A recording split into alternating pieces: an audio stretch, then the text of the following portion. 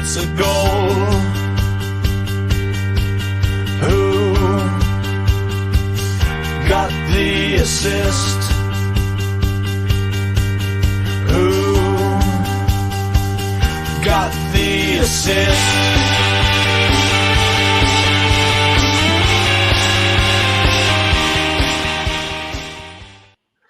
Hello, everyone, and we're off. Probably the earliest time I've ever used the pod title, Sam, in there, ever. And with Game 1 almost done and caused celebration, pride, and regret for FPL managers strewn about the place. From last-minute team changes to on-field events such as red cards, cheers share, the drama of the Premier League and its best mate fantasy re-entered our lives with the volume turned up this weekend. It's certainly kind of felt a very sort of loud reintroduction into our lives. And we're here to discuss what happened, as well as look ahead to the next helping this coming weekend. Always a challenge, the first pod back, isn't it, with scant data, Sam? You all right?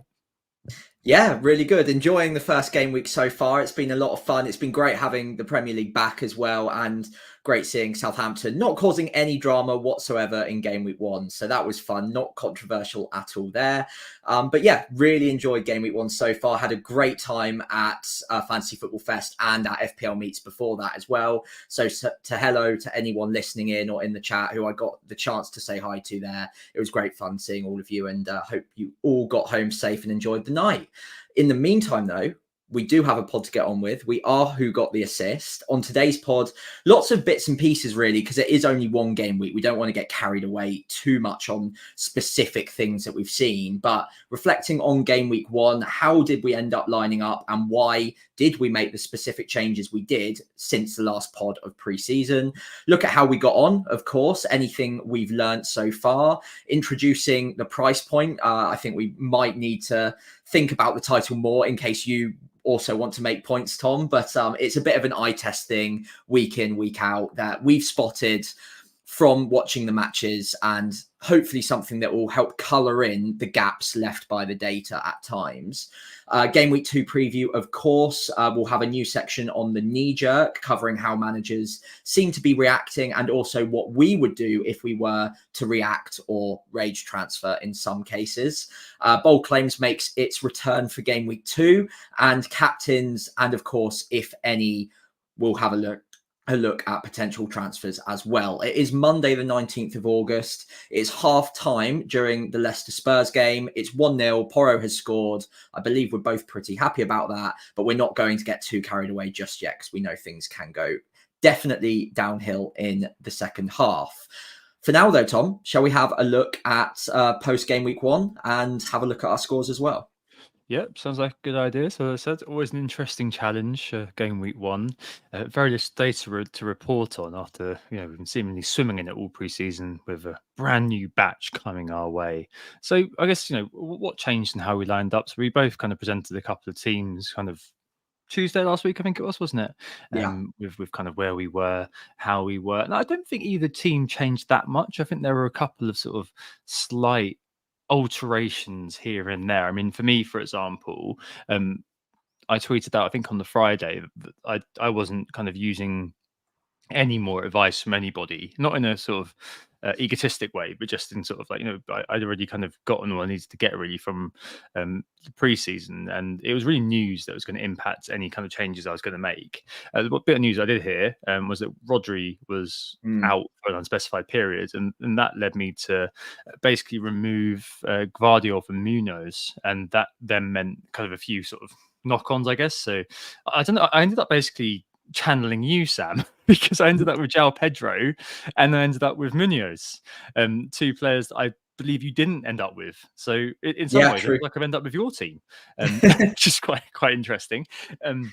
Elsewhere, I did have Eze up until I think it was the Thursday evening, went for a run, and then I just felt like I wanted Gordon a little bit more over Eze, just because I was saying during pre-season, obviously I definitely feel very fortunate in terms of not owning him and not owning Bruno Fernandes as well, which I'm sure you'll come on to this week. And I did not see Gordon outscoring Eze and Bruno by. Oh, and I think they matched each other. But you know what I mean. But I thought, I wanted the double Newcastle attack for that game, and I guess from removing Guardiola, I had I had a little bit of money to spare, so I originally had sort of a bench of Barco, Harwood, Bellis, and Winks, and I used a bit of that money to shove Rodgers and Mikalenko on the bench, so they can kind of help cover game week 3 going forward. But yeah, I mean, it's been a really good sort of start for me, I think, relatively 75 points as it stands. And that's with Porro currently on 10 points, and obviously Max Bones, but I don't know if that's going to obviously end up. I'm sure there'll be more goals in the second half of Spurs. Raya and goal both went there. Yeah, last minute third save was a 2-point save, which was absolutely excellent, really, really useful. Trent Imperious, I thought, really, really happy owning Trent, and I was watching Match of the Day and saw that he crossed in for Jota to have a free header that Jota missed, and that would have just been epic, of course. Never mind. Munoz, God, such a random sort of assist, but that gave me a full house of defensive returns, which is quite nice. Jota, obviously, with the goal. Saka, thank God, returning in big style towards the end of that game before it was subbed off. Smith Rowe blank, 0.0 XGI in that game. Let's hope that he's better in kind of weeks 2 and 3, where they've got back-to-back promoted teams. Against this Leicester team, you'd hope so. Haaland with the goal. Isaac, I think him and Gordon, you can't really legislate for a red card, can you? So there's nothing we can really say or do about that. And then João Pedro hit the post, and I think another. I think he created another big chance, didn't get scored. So overall, pretty happy with that. I think we're going to end up kind of in the top 700k, maybe. I should make the top million, and that is not bad for game week 1. And I've got a good team for game week 2 as it stands, which is very nice. We'll talk about kind of best transfers later, but fortunately managed to dodge the likes of Kwanzaa, etc., etc. What about you? Yeah, so not too dissimilar. A little bit behind you, 4 points so far. So 71, just outside the top million. But again, I'm perfectly happy with that as a starting point. Ended up with Raya in goal. As we all know, I was very hot on him going into game week 1. So glad that he actually did get more than his obligatory 6-point haul. Got the extra 2 points, as you said. In the back line, the difference between myself and you ended up being Hall instead of Munoz. Hall did get the clean sheet, but was subbed off after getting that yellow card for pulling down Smallbone just outside the box. So in other game weeks, I feel a little bit hard done by. Again, Newcastle were backs to the wall most of the game because of the man being sent off. So I'd expect Hall to be a little bit more direct and a bit more front-footed going forwards. Some Newcastle fans actually said he had a bit of a poor game. I don't think he was great, but I think he's done enough to maintain his place, so I'm not too worried about that. Trent, again, I can only echo what you said. Absolutely outstanding performance. Really bossed the game in that second half, got the spaces he needed to start breaking the lines, and I think we'll see that as a common recurring theme plenty this season, almost as that quarterback back role that we see at times under Klopp, but I think it will be utilised much more under slots. Porro again was a manoeuvre in last day of the pre-season, where again, a bit like you, saw Gvardiol didn't have Rodri in front of him.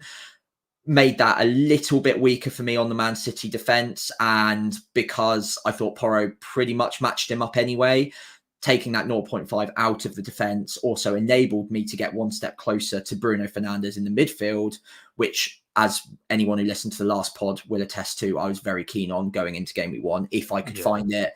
I was really struggling to find that 1 million, but getting myself 0.5 closer with that move meant I just need to find 0.5 somewhere else. The sacrifice I did make, and I'm already not too happy about it, is Nkunku in for Eze, who I was obviously very hot on.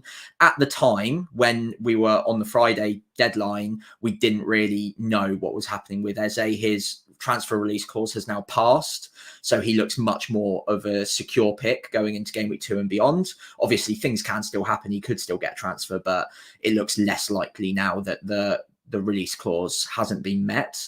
Nkunku obviously getting subbed off 58 minutes. I actually don't think it's that much of a big deal. I don't think it's that much of an issue. So we can talk about that at length a little bit later, probably in the knee-jerk section. Because if I was a knee-jerky manager, he would probably be the first one on the chopping block, but I'm not that bothered.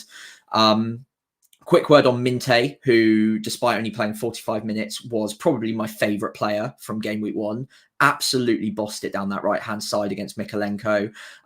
Really, really exciting player. Loved owning him already, and it's just a frustration. It's a concussion sub because it makes him unlikely to play game week 2 as well. We'll obviously have to keep checking in on that for the information, but it looks relatively unlikely. However, that is why I went with 8 strong attackers, and Armstrong will come in against Nottingham Forest probably. Minte will probably be first sub, even just based on the strength of my front 7 without him anyway, even if he does look like he might be okay.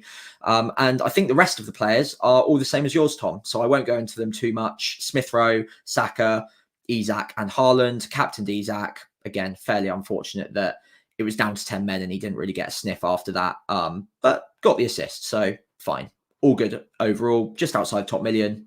Job's a good one. Yeah, no, I really liked your Minte call, and it was very, very close to being justified. And again, it's similar to the share moment of madness. You can't really legislate for a concussion, but I think he's likely to be back. I think Marcus in the chat has just said he's likely to be okay for the next game. I think I read that the concussion protocol is like 6 days, so hopefully. Yeah, until he can get back in full contact training, I think. So I think he could make it. It's just that Adingra did quite well.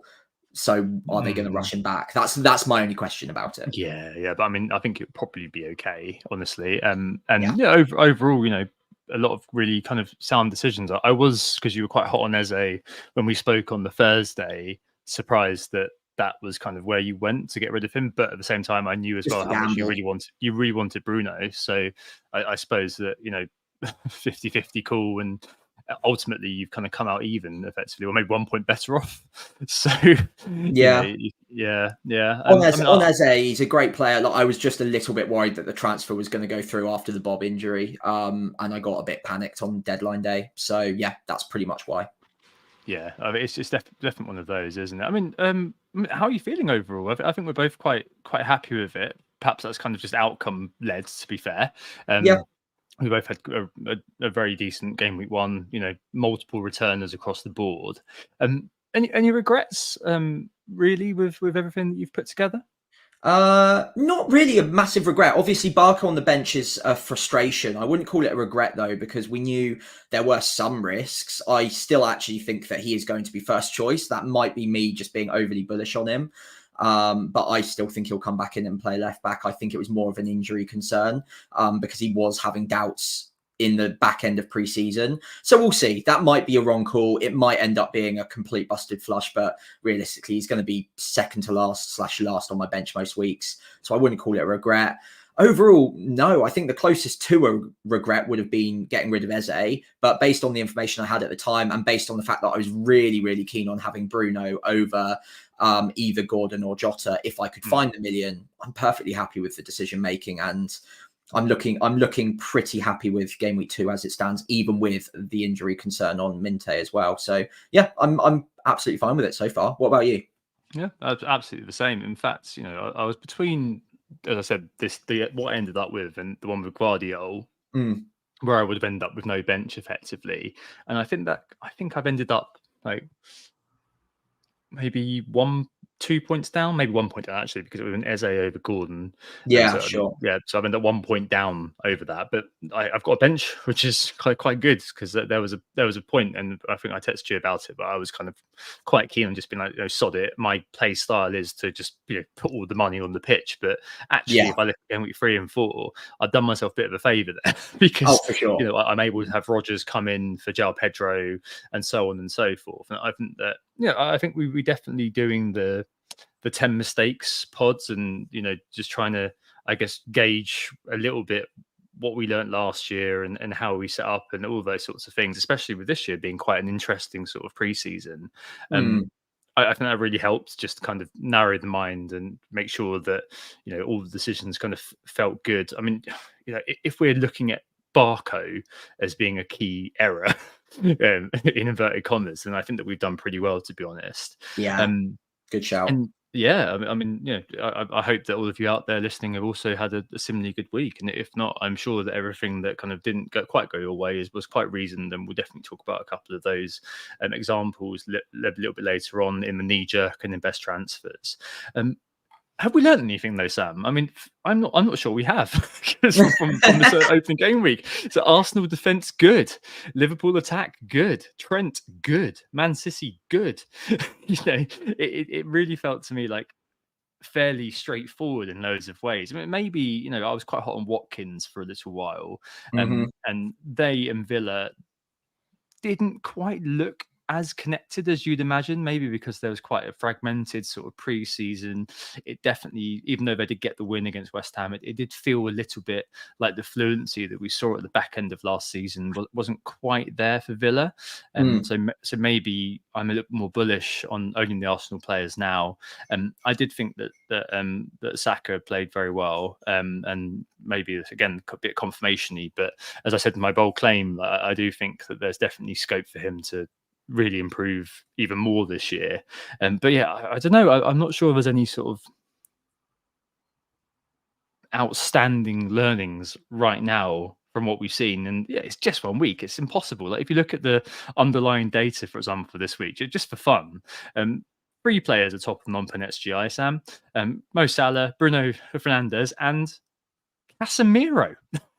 Oh, obviously, yeah. Obviously, Yeah, he indeed. was going to be my game week 1 captain until Of last minute. I course, don't of know. course. Yeah. He had a 1.0 expected assisted goals. So yeah, there you go.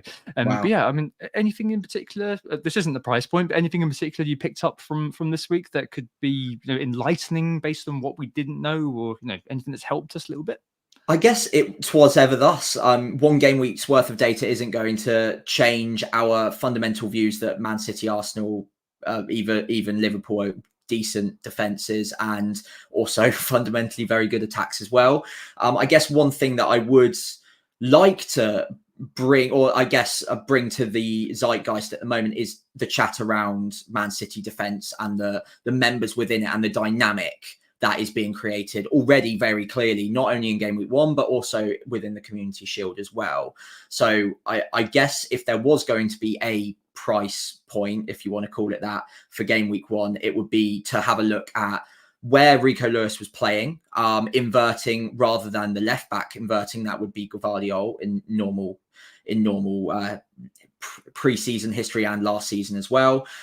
This season, it looks like Rico Lewis is going to probably be getting much more minutes, and probably be the one inverting from right back into central midfield, and at times even into like a number 8/number 10 role, it seems, against a pretty reasonable opposition like Chelsea away from home. That's very, very encouraging. But that doesn't necessarily mean Rico Lewis is the pick. Now, obviously, Walker is still a factor. He could be, by the looks of it, potentially even off, if rumours are to be believed. We'll see whether that actually happens over the next couple of weeks. But what does this all mean for Gvardiol as well? So Gvardiol, 6 million asset, obviously should be pretty much absolutely nailed. But does this make him any worse of a pick? And whilst I think a lot of the community online were all like very quickly scared off of him after 10-15 minutes of the Chelsea game, thinking, okay, he settles back into that back 3 when Rico Lewis bombs forward, there were still plenty of times where I noticed Gvardiol taking up that left 8 role, even with Rico Lewis bombing on as well, and Kovacic just sat for a little bit. And it looks like a very dynamic lineup where, for once, City are pretty happy to let both fullbacks actually move forwards in unison, which is very rare, but it might be one of those tweaks that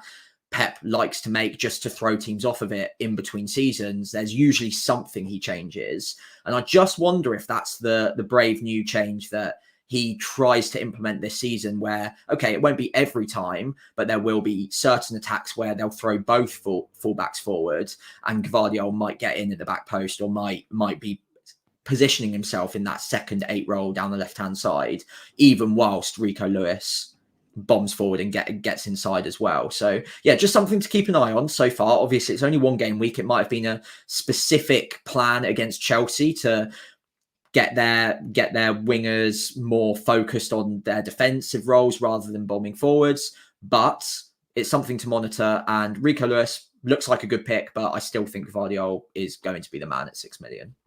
No, very interesting, and I think that that's definitely something that I'm ruining really with removing Guardiola. Obviously, I got a bit of sucker from the fact that Munoz did get that assist, Mm. well, an FPL assist, obviously, Oh, but he deserved it though. He was in yeah, great positions. Yeah, he yeah. was, he really was, and that's kind of I think getting Guardiola back is high in mind for that kind of game week. Well, it's probably going to be game week 6 wild card, same as you. I think that's one that I'm sort of careering towards, which I suspect that many of us are. I know that there's a few, such as FPL Bateman with the triple Arsenal defence, and who are looking at kind of a game week 4 sort of earlier one. Yeah, I completely agree on that. And the only thing that I'd add are that man Munoz and also Pedro Porro in the first half of this game. It's not so much something new, but it just reaffirms how important, given the bonus changes this year, having those sorts of defenders who are defender in name only, Dinos effectively, in your team, because I think that they're going to be a lot more important in terms of, I guess, writing. Providing counterbalance to the negatives that the BPS system has provided. Same for Mm. Trent as well, of course. But Pedro Porro, some of the positions he was taking in the first half, I don't know if you were watching, Sam, but there was Yeah, one yeah. moment when Maddison was about to cross it in and Porro was completely unmarked at the far Mhm. post. And you're thinking, gee, really? And obviously with him scoring the goal as well. And we saw him take up those positions last year, which is why I was so keen to guess him when I did a little bit earlier. And I'm pretty happy with that. And he was one who was slated to potentially be a removal. And I know they've got Newcastle and Arsenal coming up in 3 and 4. So objectively, in terms of the brass tacks of fixtures, you may well be kind of thinking about that. But it may well be that if he does replicate something against Everton, I'm saying all this, and he's probably going to be sent off in a minute, isn't he? But if he does replicate getting into those sorts of positions versus Everton, that's great. Same with Munoz as well. In the game against Brentford, like it was just ridiculous some of the places he was getting into. Admittedly, he lost possession an awful lot. Maybe testament to the fact that he's playing. He's not like a top class player, but he does get into those positions, and a lot of the time you were just like it was Estepinian like, wasn't it, almost? So I was very excited by owning those players, put it that way, and I'm hoping it's going to be good going forward. So even if they do concede, like Porro just has, Jamie Vardy rolling the years back, you're still there with an attacking return, and that's fantastic. Absolutely. And that's exactly what we're looking for really from these players. Yeah, it says it all that we've both picked 3 wing backs across the board in both of our teams. So, or full backs at the very least, but I'd say that's quite generous in most of their cases. So yeah, I'm very, very happy to have defenders again in only name. Really, they are getting forward. They are chief chance creators in their respective sides. To a lesser extent, Hall, but Munoz for sure, Porro for sure, Trent for sure. Yeah, very, very happy to own them for the attacking upside. On top of hopefully being fairly reliable defenses, maybe Spurs aside, as we've seen today. But yeah, overall, very, very happy with that, and long may it continue, Tom. Yeah, I really hope that all of you have had a good week. Yeah, just the takeaway is the dinos are going to rule for this year. Right, Gameweek preview. Oh, Sam, we're here. 23 minutes. Oh, that's some sort of new record, isn't it? We've got a few things to talk about. The Kneejerk, best transfers. There are going to be a few people out there. And Kunku worrying what the hell to do with him if you are in that situation. I know Sam said he's not too worried and obviously needs to hear from him. Kwanzaa, if you own him, it's unhappy Kwanzaa for you. Probably one that you need to think about a little bit, depending on potentially what Arne Slot is asked in the press conference come the end of the week. There are going to be few in the situation who did go with Share to start the season, so maybe you'll be looking to move him on. There are probably a few others that we can kind of speak about very briefly during that. And yeah, bold claims, see how we're doing, and best captains this week. And should you maybe be considering a triple captain? That's quite an interesting one. But first, it's the Kneejerk. So what are managers doing already in response to the events of the game week just gone, and what would our knees be doing? How would they be helping us or hindering us potentially in terms of reacting to the events that we've just seen? Well, Sam, the man that is on the screen, Go on. I'm sure most of us hadn't heard of before, unless you play Football Manager, in which case you probably had heard of him. Nasser Mazraoui has been brought in by almost 200,000 managers after his clean sheet. He originally was on 9 points with all 3 bonus. FPL retrospectively applied the bonus, adding in the new system changes. I think it was on Saturday afternoon, and maybe Saturday evening, to take him down to 8. But he's been bought by over 200,000 managers, and Kai Havertz, Diogo Jota, and Salah and Saka make up the rest of the top 5. People are selling Watkins, seen enough. 120,000 people have seen enough. 8.9 no time. I know it's going to be tasty. 103,000 people started with Rodri, and are selling him. Tony off to Saudi being sold, Trippier and Pickford. I don't know. I think this section's probably going to grow legs a bit later on in the season, because right now we're just reflecting on this person did points, I'm going to buy him. He's affordable in Mazraoui's case. This person didn't do any points, so I'm going to get rid of him. Those doing kind of Havertz to Watkins, I think Watkins to Havertz, sorry, probably not particularly engaged, I guess, because, you know, that's kind of a move that you're going to want to reverse surely by game week 3. So yeah, I mean, I guess, Sam, it is kind of just the general. I imagine most engaged managers, they thought about it an awful lot, and kind of their teams, they're going to stick with them. It feels like the Kneejerk sort of more widely, just looking at that kind of transfer in and out data, looks a bit, pretty damn Kneejerk effectively. Yeah. As we always see at the start of the season, and WGTA does usually reflect on, but even before I was on the podcast as well, is the transfers tend to look pretty drunk at the start of the season. There's a lot of managers in the player base at the moment that are highly engaged that won't be later on in the season. And therefore, obviously, that colours the waters in terms of which transfers are being made and who's being shifted on pretty quickly. Watkins, I firmly believe, will be 8.9, 8.8 by the time we want him in game week. Is it 3 that we probably want him by? Leicester away. Yeah, Leicester away. Obviously, Spurs still have only scored 1 goal against them, but in first half, if that's anything to be judged by, I'd imagine they'd be quite open. So that could be very tasty if he does come down to 8.8 by that point in time. But there are, I think, a few relatively logical, I guess you call it, knee-jerk reactions that you could apply for game week 1, even if you are an engaged manager. So a couple of those that we should probably delve into today to see whether there is decent logic in getting rid of certain players or bringing in certain players. The first one that I would like to bring up is, of course, my main man, Christopher Nkunku. Now, before I delve into anything on him too far, because I've already very slightly shown my hand on where I am with him. In your situation, Tom, if you, not in your situation, if you did have him, where would you be looking elsewhere if you were, and would you be tempted to move away already after seeing 58th minute substitution against Man City? It's difficult, isn't it? It's one of those where you've not really bought him for the City game. You've bought him for what follows, effectively. The City game was always going to be a bit of a freebie. You knew that there could be something like that going on. You knew that in pre-season he'd said he was maybe not as fit as he'd have liked to be.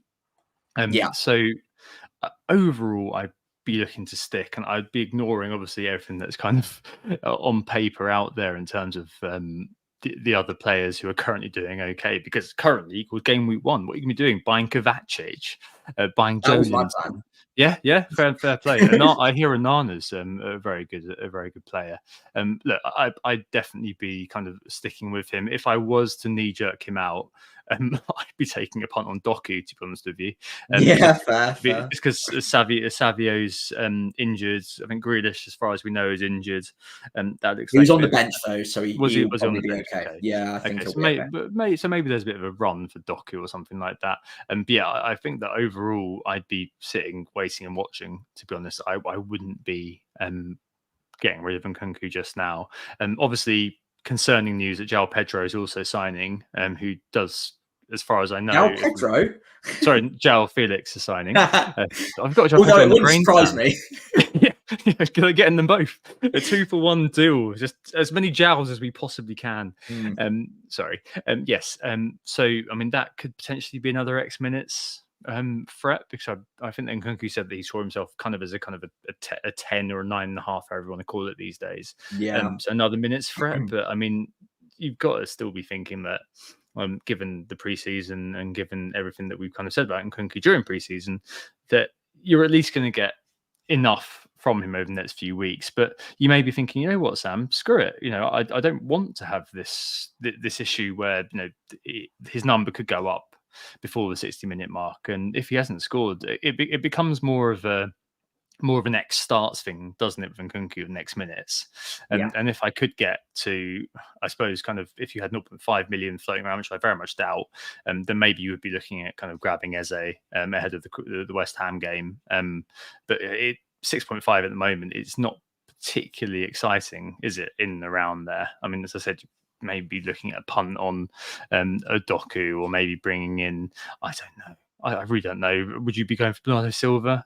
Who knows? Maybe Szoboszlai would be another one that you could potentially be looking at. But yeah, it is difficult. And the knee jerk for me would be that that would be the potential knee jerk to remove Nkunku in your position. But I wouldn't be listening to my knee. I'd be keeping that knee very, very still and threatening it with a knee cap if it didn't stop jerking.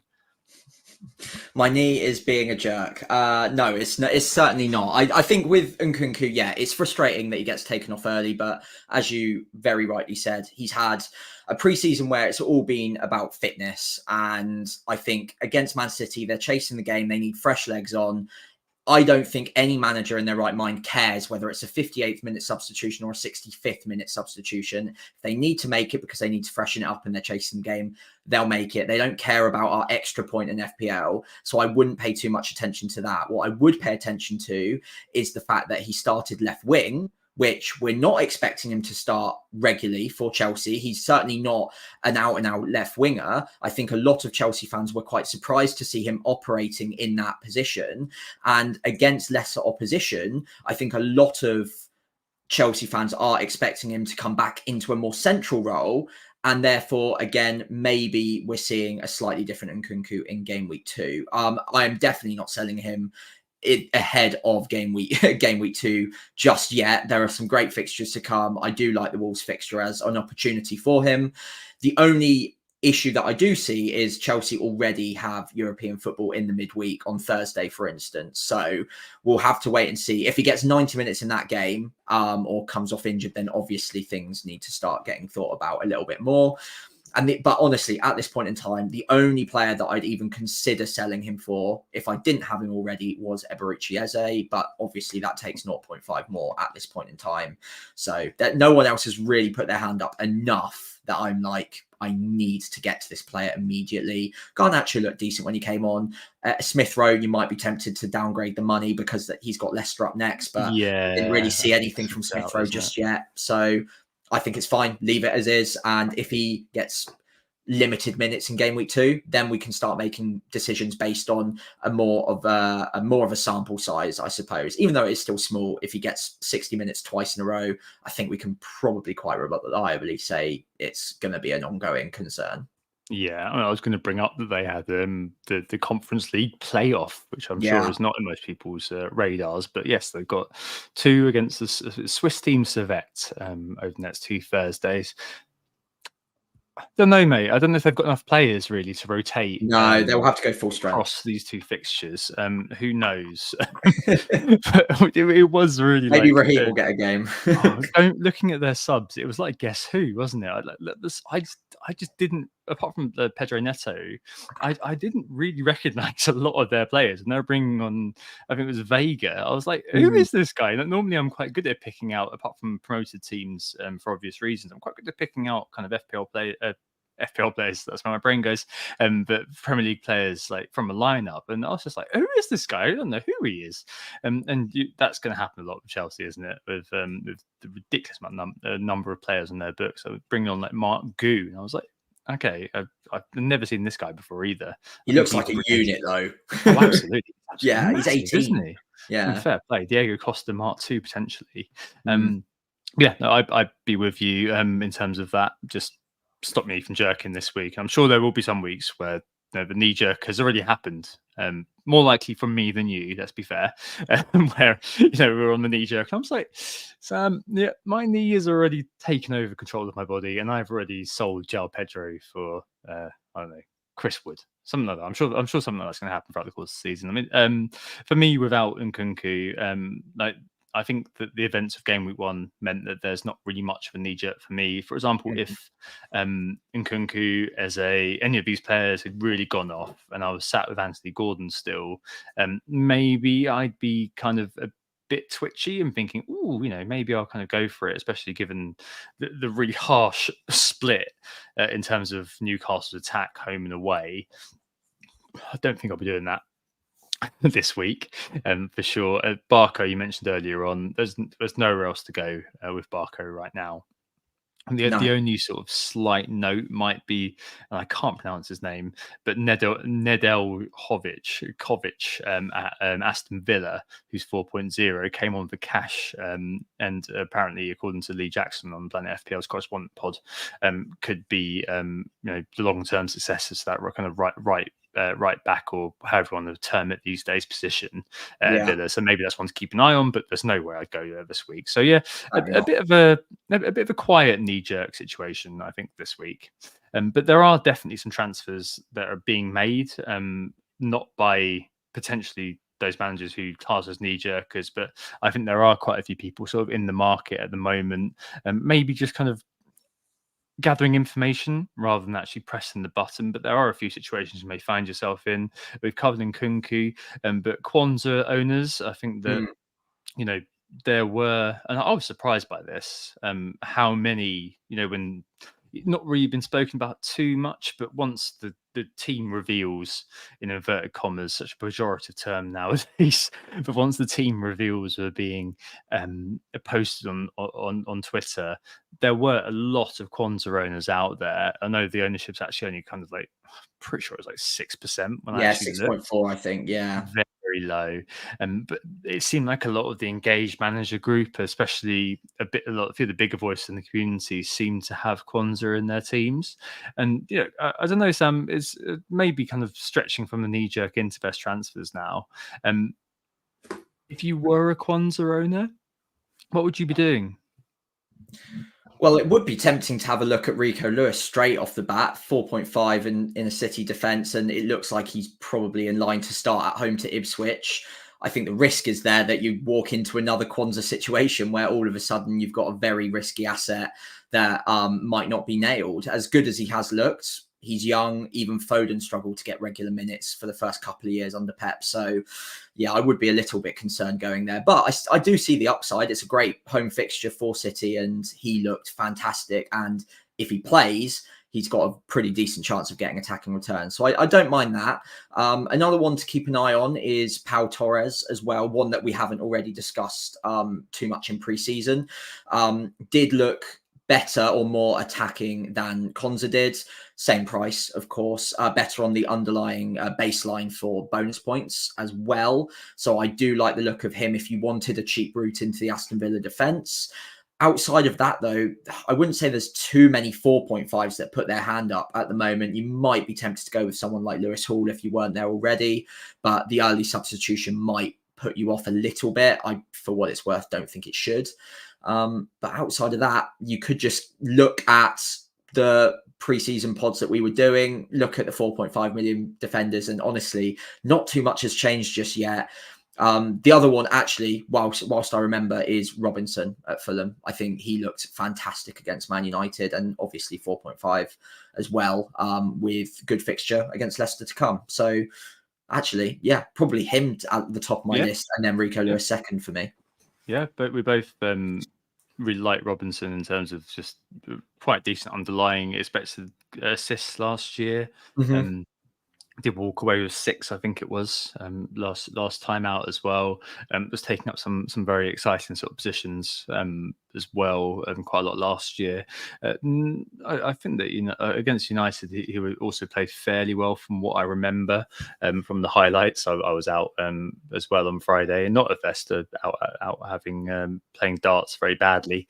But yeah, I think he would probably be the one that I would kind of, if you are making the move, to have a look at, with 3 decent bits coming up with Leicester, Ipswich, and then I'm going to say West Ham.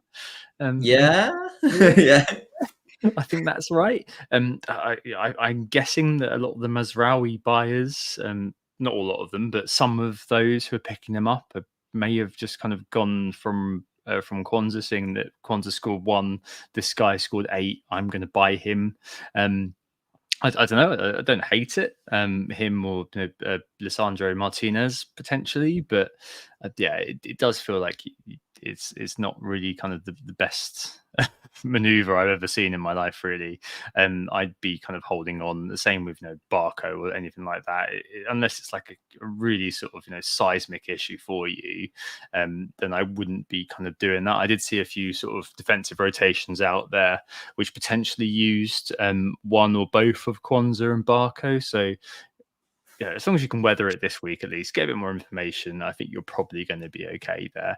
Does it apply to if you were in a situation where you started with Share, Sam, to look at Robinson, or would there be anyone else that you'd be kind of maybe advising people to have a look at? I mean, there's obviously that kind of opens up Munoz, it opens up Pedro Porro as well at 5.5, 100%. and him, Yeah. and maybe there could be somewhere else you could possibly go. No, I think you nailed it there. Munoz and Porro would be my first priorities if you can afford it. Obviously, if you've got Share, you can get there immediately. They're much more attacking. They'll be decent enough with the clean sheets, especially in Munoz's case. Both look fantastic in game week 1. I wouldn't have any hesitation in recommending either of them. But if you wanted to save $1 million to use elsewhere, perhaps you've got an Nkunku and you want to upgrade him to Eze in a couple of weeks, then maybe planning ahead and saving that money and bringing in Robinson might be a pretty wise idea. But yeah, I would certainly be prioritizing Porro and Munoz ahead of Robinson, even for the extra cash. Yeah, it's yeah. I'm not really too sure what other sort of good transfer you could possibly make. I mean, if you start without Haaland here, you're probably gonna you knew this is going to be a bit of a sofa behind the sofa sort of situation for you. I don't think you'd be rushing to bring him in. And I saw that FPL, I think it's FPL Joe tweeted that like the 7 points was kind of ideal, really, because it wasn't going to cause mass panic on didn't own, but it was still good enough for owners to just like justify the investment. But I don't think you'd be buying him really either. Yeah, I think trying to pick through sort of people who are being signed by managers just because he's done a goal versus people who have been signed by managers for, I suppose, quite legitimate reasons is a difficulty this week. I'm going forward as well, as with the Kneejerk. It'll become a lot clearer as we kind of continue. So anything else to add on that one? No, I think that's it for now. I think transfers are being made, but largely at the moment, most of the engaged managers are probably okay. Obviously, Kwanzaa owners can feel a little bit hard done by. I would still probably monitor it if you can. Yeah, I think that's probably it for best transfers right now. Cool. All right. This week's bold claims then. 0-0 for the season thus far. So far, yeah. So I went with Ipswich boldly, obviously it's in the title, to score 2+ goals against Liverpool. I thought it'd be a bit of a back and forth. There'd be goals at both ends. I did think Liverpool would still win, but they did a good job of shutting Ipswich up in the second half. I was impressed with that. Ipswich did have their chances in the first half though, so I think they will score plenty of goals this year. Just didn't happen in game week 1. So yeah, no point for me there. Yeah, and no point for me either. Less than 5% owned player to top score. Well, dear, shouldn't. Yeah, no, you guys could go with history. We always say, oh yeah, it's ridiculous when you say, oh, he does very well on this particular game week or does well versus this particular team. But Mo Salah game week 1, it's a perpetual truth, isn't it, about that man? It is indeed. I did say that FPL didn't, because I was out as well, and I wasn't at a fest. FPL didn't really feel like it starts on the Friday night. It felt like a bit of a freebie.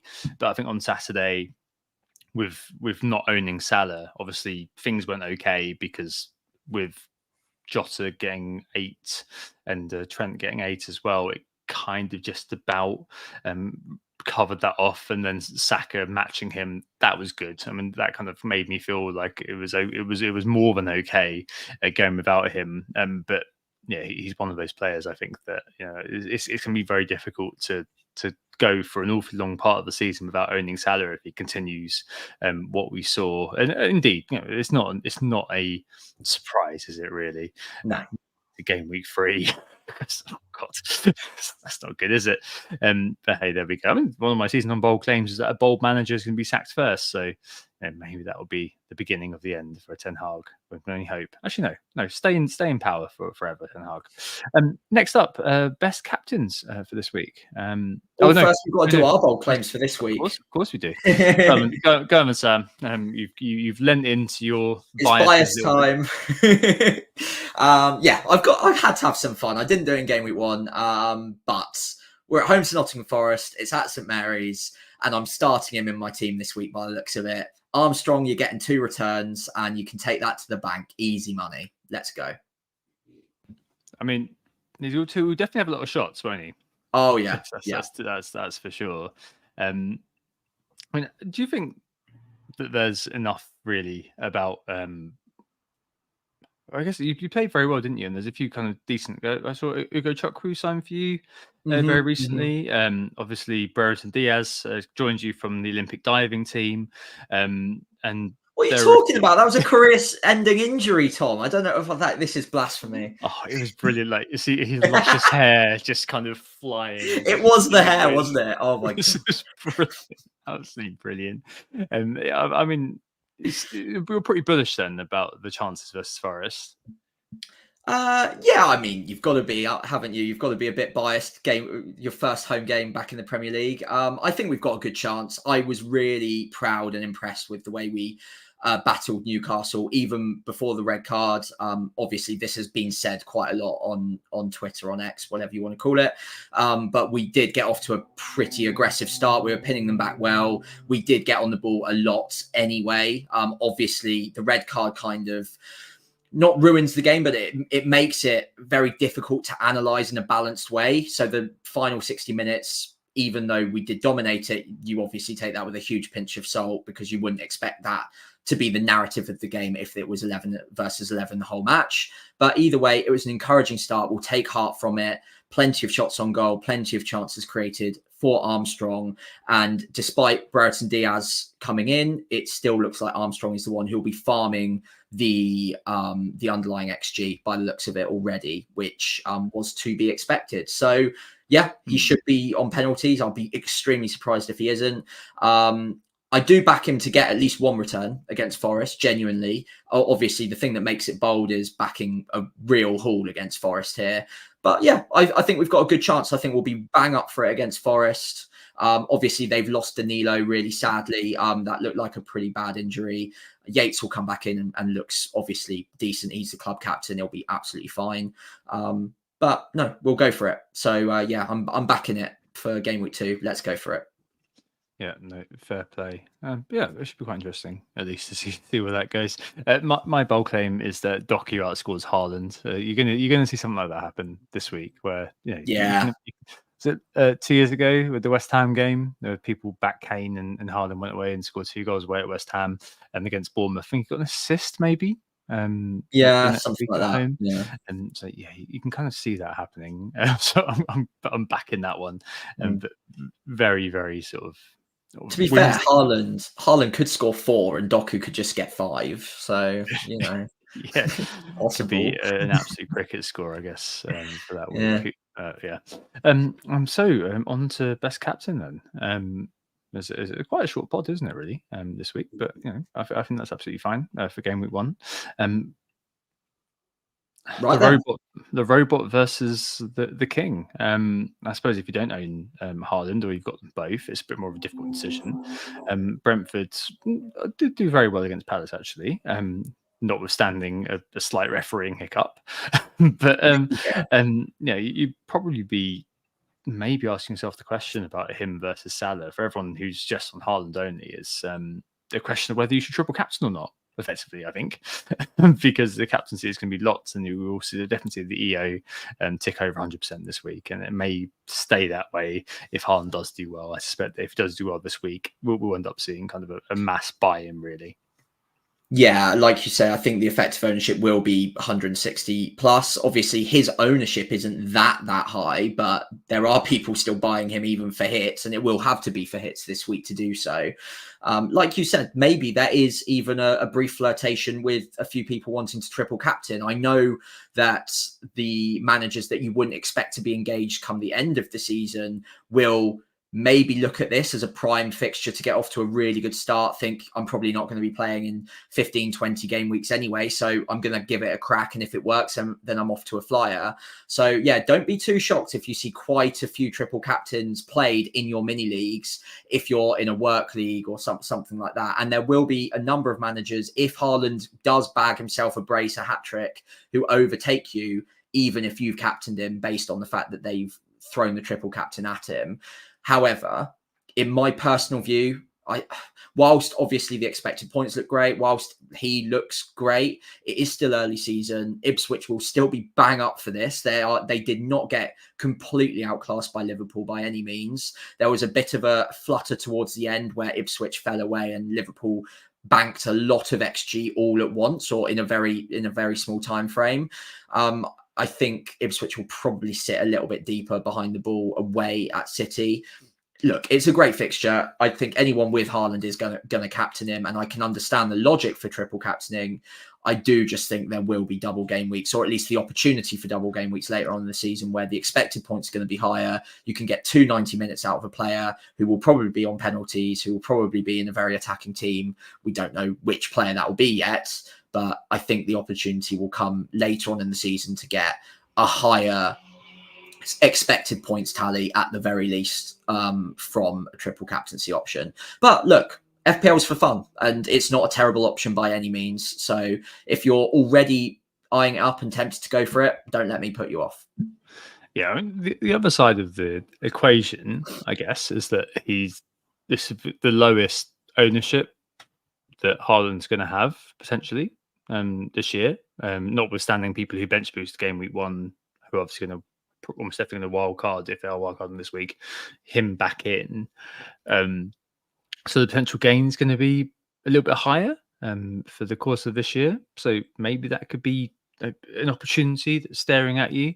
There are. I had a look at Ben Crellin's kind of schedule for this year before this pod, and I think the double game weeks at the moment are kind of slated to be 2 particular weeks, and there are kind of 1 or 2 blanks out there. So I mean, maybe you could be thinking, well, when else am I going to use my triple captain? So maybe 1 week I'll use my bench boost, another week I'll whatever. So maybe you could be thinking, well, screw it, I'll just go for it now. I'll go for what's in front of me. And as Sam said, it's fun. So if you are kind of minded to go that way, absolutely, why not? At home he's imperious, and we know his return average of one return every kind of 0.7 something game. So absolutely fine. I feel like a lot of it almost rests on the mystery chip. What the hell that is? Because you could be thinking, well, game week 33, game week 36 is supposed to be the double, so maybe you kind of triple captain in one of them, and then you bench boost in the other. And with the role transfers this year, you're probably going to be in a position by that point, provided you've done even kind of basic planning, to be able to facilitate either one of them, especially because you've got a second wild card. Being an okay bench boost, assuming you have bench boost game 1, of course. So there's definitely something about it. Potentially, I do feel like it's kind of like the kid getting the Mars bar now. They've got a fixture in game week 9 against Southampton at home, who they don't seem very good. So I think maybe that could be the one. Actually, Sam, Southampton, they had the best XUC this week. So, Defensively solid. Let's go. Exactly. Harbour Bellis, Barco. Yeah. Well, that guy, he must be like 50 now, honestly. Yeah, I mean, I can completely get behind it if you really want to do it. I just think that it's one of those things where it's best to see kind of where the season shakes out. But if you have had a good kind of game week 1, you're bench boosting, you're riding high, want to continue your crest of the wave, why not? I think there's probably what I said about the opportunity that is going to be the lowest ownership of Haaland. It's probably kind of just okay if you own him to captain him, because you're still going to probably get a few gains this week, and that should be enough, I think. If you did own Haaland and Salah, Sam, where would the armband be going for you? Oh, 100% Haaland, no question. Absolutely nailed on Haaland, even if Salah was in my team. Look, Salah looked really good against Ipswich, but it's a reminder that Haaland now plays at home, the team that Salah just looked good against, coming in from wide areas. And Jota also looked really good from a central area against Ipswich. And as good as Jota is, I don't think many people would contest that Haaland is a superior striker with a better sense of where the goal is. So I would be heavily backing Haaland no matter what this week if I have both of them. If you don't have Haaland, Salah's absolutely fine. At home game against Brentford, that's great. He did really well there last season, although that probably shouldn't factor in too much.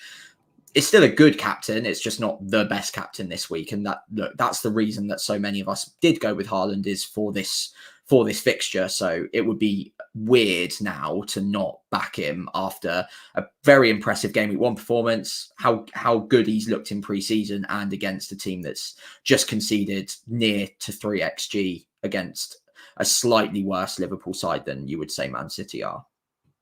I think the only other thing that I maybe point out is this year, I think goal difference will count because of how close Arsenal and Man City are. And I wouldn't be surprised to see a bit of ruthlessness, I guess, from City. Like, you see in these games sometimes they get to about 3-0 and they're kind of like, let's call it quits here. We'll pass it around the back for 20 minutes. Yeah, around Christmas usually as well when they're a bit leggy and yeah. I'm obviously, I'm hoping that I'm right and that maybe some confirmation bias as a Haaland owner. But I think that maybe they might go for it in this because of the situation where you've got kind of a La Liga thing from the days of Mourinho and Pep facing off when a draw was basically a loss between Arsenal and City. And it might well be that winning these games and winning them big could be really, really important. So that again could be a feather in the cap of anybody who is triple captaining. Obviously, we'll see. But I'm kind of obviously pretty comfortable on going with Haaland this week. Absolutely. Right, on with the show then, and I think we're on to teams. And if you're willing to, Tom, would you like to walk through your bus team for game week 2 so far? I don't think there'll be too many surprises. No, it's the exact same team. It's just that the captaincy is swapped to Haaland. That's basically it. So there you go. Yeah, that's very, very easy. I'm not going to run through my team because that's really tiring for everybody who's listening. But it's safe to say there are quite a lot of home fixtures actually, and I'm pretty happy just going for that and just hoping that the likes of João Pedro do something effectively. The little sort of edge pieces, if they come through as Munoz did this week, for example, and that would be very good. Gordon repaying my faith in him would be quite nice as well. Just seeing that that Pedro Porro has been subbed off and it was limping before that, so maybe that will change our idea of rolling. But we need to see obviously what happens in the press conference at least from that point onwards. Yeah, we'll wait and see. Obviously, early days, and we are podding live. So if it's a serious injury, we'll obviously react to that and maybe consider that in our moves. In terms of my team, though, even if Porro did go off with a slight limp and looks like a doubt for next week, I've got Hall to come off the bench against Bournemouth, and I think that's fine. Overall, not too much is changing. I have swapped out Minte for Armstrong, so he comes into the lineup as a 3-4-3. Minte obviously is a doubt because of the concussion. He might be all right, but honestly, either way, I was planning on playing Armstrong anyway, so I'm perfectly happy setting up this way regardless. And then if Minte plays and plays well, then it's a pleasant surprise, and I've got a slightly stronger bench in case I need to lean on it for whatever surprise reason might come in. But yeah, armband on Haaland, 3 up top with Armstrong coming in, and ready for his double-digit haul, which is obviously inevitable. Yeah. So you heard it here first, people. Great. Well, I'm way too bullish. Yeah, well, we'll see. I'm hoping that you'll come back on the pod on Monday and being a very happy man. Right. Quite good for me to progress my season on bold claims. If Southampton do dismantle Nottingham Forest, you can imagine Marinakis just being like, right, new note, you're out of there. Yeah. point. Right, on the happy note, we might be able to finish before an hour, Sam. Wow, if I'm quick on this, we will. So thank you all so much for listening. We were Who Got the Assist. If you would like to, you can follow us on WGTA_FPL or at FPL Pricey on X, otherwise known as Twitter, or on Instagram and Threads at WGTA.FPL or FPL Pricey on there as well. If you did enjoy the pod, if you could follow us on those channels, that would be fantastic. But also, if you could give us a 5-star rating wherever you're listening to the pod, that would be really appreciated. And of course, if you're watching along live on YouTube, please do consider leaving a like and subscribing to the show for more future content. Cool. Thanks so much, Sam, for coming on, as always. We hope you enjoyed the pod. We hope you just reflect on Game Week 1 and gear up for the sequel, Game Week 2.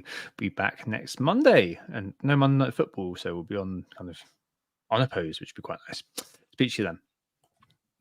Oh, it's a goal. Who got the assist? Who got the assist?